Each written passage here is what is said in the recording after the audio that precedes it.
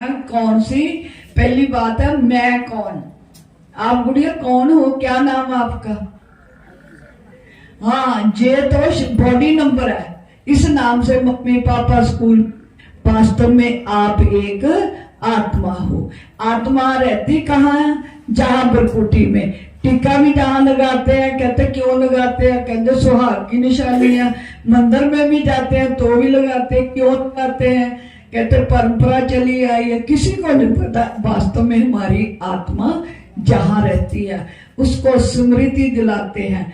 तो आत्मा का पिता कौन है? उसका नाम जानते हैं बच्चे भी हैं, लेकिन आत्मा का पिता, शरीर का पिता है, आत्माओं का पिता वो शिव परमात्मा है। वो रहता कहाँ है? परम धाम में। ये चौथी बात हो गई है ना, तीसरी है, वो रहता कहाँ है? परम धाम में। जैसे आपके पापा भी सर्विस कहीं करने जाते हो कोई, तो ऐसे हमने भी ये याद बातें रखनी। मैं कौन, मेरा कौन, मेरा पिता कौन? शिव परमात्मा। रहता कहाँ? पार ब्रह्म परमेश्वर, वो सबका स्वामी, वो हमारा पिता भी है। और उसके बाद वो काम धंधा क्या करता है?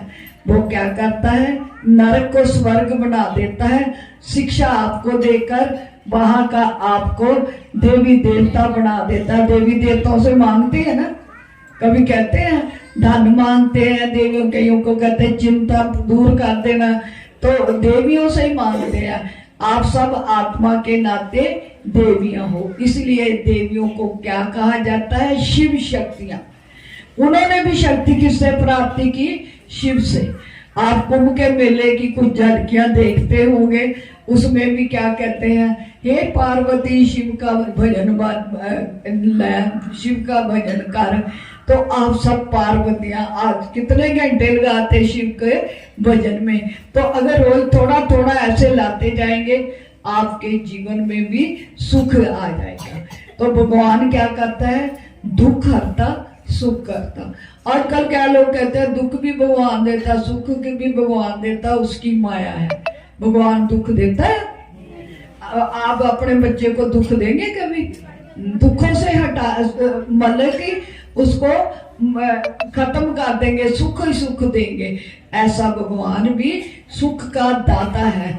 आपको अगर आप पर दुख आया भी है, वो ऐसे हर देगा जैसे हवा से चीज उड़ जाती है, आपको हल्का कर देगा। में बहुत बहुत स्वागत किया गया और हमारे बीच पधारे हुए हमारे चीफ गेस्ट, हमारे भाई साहब, नाम तो मैं भूल गई हूँ, शर्मा जी भाई साहब, और हमारे बीच मंचासीन होशियारपुर सेंटर प्रभारी परम आदरणीय श्रद्धेय बीके उषा दीदी जी, और सभी सभा में आए हुए उपस्थित भाई बहने। आज हम यहाँ पर किस उपलक्ष्य से, किस उद्देश्य से पहुंचे हुए हैं? जैसे कि कहा गया है 3 साल पहले कोरोना आया था, आप सबको पता है? सभी जागरूक हो जाओ। क्या आया था? कोरोना। आपके यहाँ आया था? ठीक है, सब जगह आया था। अब आप कहेंगे कि आप कोरोना को याद करा रहे हैं, उसको हमारे अंदर क्यों आती है? वो तो एक शरीर की बात है कि जिसके अंदर भी कोई कमजोरी होती है, उसके अंदर बहुत जल्दी कोई ना कोई बीमारी आ जाती है ना? ऐसा डॉक्टर क्या कहेंगे? आप ताकत की चीजें खाओ, आप अपने आप में एनर्जाइज महसूस करो, है ना? तो हमें अभी जरूरत किसकी है? अभी हमारे अंदर जो कमजोरी है वो किस चीज की है? जो कमजोरी है वो किस चीज की है? आपको प्रैक्टिकल उदाहरण बताती हूँ। आज मैंने कहा अभी, माता जी आपकी आदत बड़ी खराब है। कहाँ कमजोरी आई? कहाँ आई? आपके मन में आई ना? किसी ने कहा आपके अंदर ये बुराई है, ये बड़ा खराब विकार है, आप ऐसा करते हो, कहाँ आई बीमारी? मन में आई। क्यों आई? हमने तो कहा, लेकिन हमारे मन में क्यों आई? क्योंकि हमारा मन कमजोर है। क्या है? हमारा मन कमजोर है। फिर हम क्या कहते हैं? दिल तो करता है कि पलट के जवाब दूं।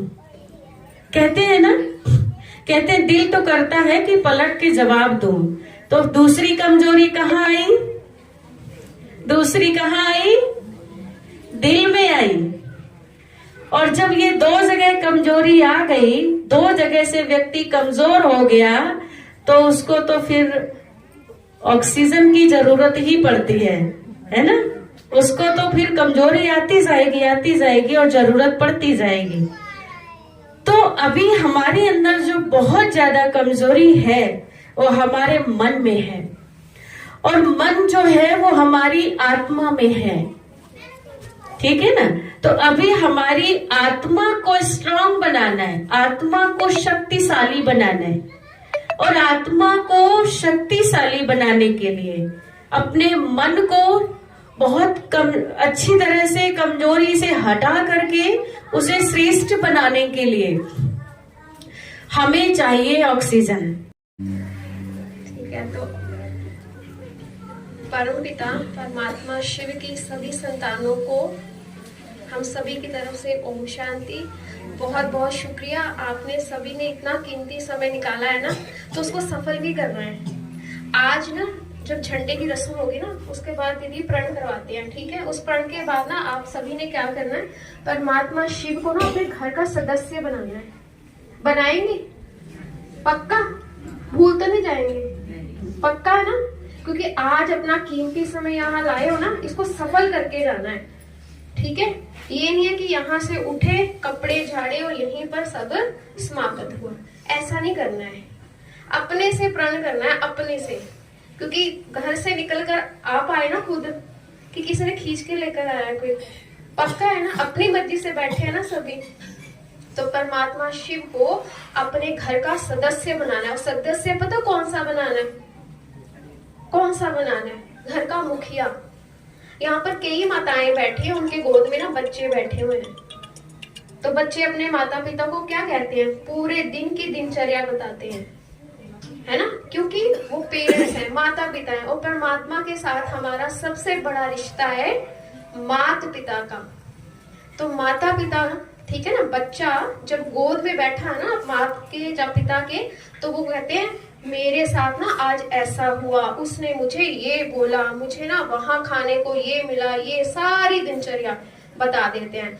और किसी ने अगर मारा ना उसको, तो वो माता पिता को बता देते हैं। तो फिर बच्चे को फिर सारी टेंशन किसके ऊपर आ जाती है? आज मेरे बच्चे को पीटा है, किस पे आ जाती है? माता पिता पर आती है ना। तो परमात्मा शिव को जब हम घर का मुखिया बनाएंगे, उसके साथ दुख नहीं सिर्फ शेयर करने हैं, दुख नहीं करने हैं, सुख भी, एक एक पल। ठीक है, एक एक पल बताना है कि आज जैसे शाम को सुबह हम आरती पूजा करते हैं ना, सभी घर में करते हैं, मगर उस मुखिया को ना पूरे दिन अपने साथ रखना है।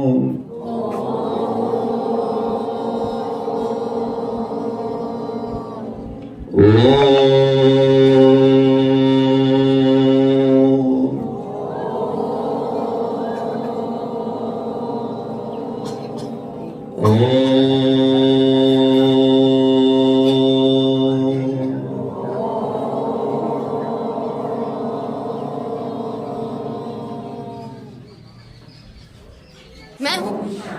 ओम शांति।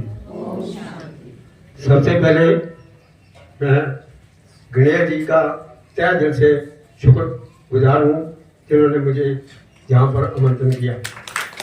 मुझे परसों मैसेज मिला कि आपने यहाँ पर आना है। मैंने टाइम निकाला और 10 बजे का टाइम दिया था, मैं 10 बजे यहाँ पहुँचा। इसके साथ ही मैं बहन जी ब्रह्म कुमारी जी का सबका तहे दिल से हार्दिक अभिनंदन करता हूँ, जिनके मैं दर्शन किए। मेरी बड़ी अभिलाषा थी कि मैं इनसे मिलूं। मेरे मिसेज आते रहते हैं।